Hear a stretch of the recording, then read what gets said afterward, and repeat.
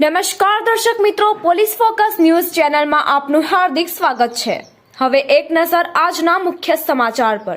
Jetpur Pavi police station વિસ્તારના સિહોદ ચોકડી પાસેથી કિંમત ₹42,160નો ભારતીય બનાવટનો વિદેશી દારૂ ઝડપી પાડતી Chhotaudepur local crime branch police Shri Sandipsinh police મહાનિરીક્ષક વડોદરા વિભાગ વડોદરાઓના તથા શ્રી આઈજી શેખ પોલીસ અધિક્ષક શ્રી છોટાઉદેપુરનાઓએ સૂચના અને માર્ગદર્શન આપ્યું કે દારૂબંધીના કાયદાનો કડક અમલ થાય તે મુજબ કાર્યવાહી કરવા સારું જિલ્લાના તમામ થાણા અધિકારી શ્રી તથા તમામ શાખા ઇન્ચાર્જશ્રીઓને પ્રોહીની ગેરકાયદેસર પ્રવૃત્તિ હેરાફેરી સદંતર રીતે નેસ્ત નાબૂદ થાય તે રીતેની સૂચના કરી છે। જે અન્વયે શ્રી વી.એસ.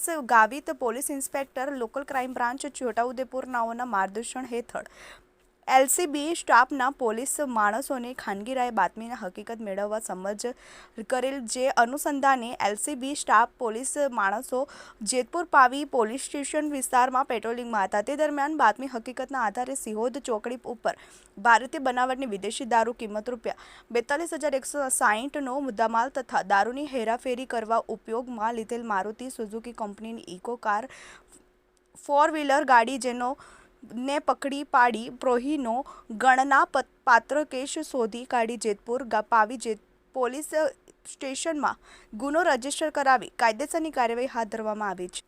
કબજે કરવામાં આવેલો મુદ્દામાલ ભારતીય બનાવટનો વિદેશી દારૂ નંગ 164 કિંમત ₹42,160, મારુતિ સુઝુકી કંપનીની ઇકો કાર કિંમત ₹2 લાખ, મોબાઈલ નંગ 1 કિંમત ₹5,000, રોકડા ₹800, કુલ કિંમત ₹2,47,960। પકડાયેલા ઈસમ ઓરસભાઈ પારસિંગભાઈ રાઠવા, ફરાર આરોપી કૃષ્ણભાઈ, સરકારી દારૂની દુકાનનો માલિક મકરાણી મોહમ્મદ ઝિયાઉલ।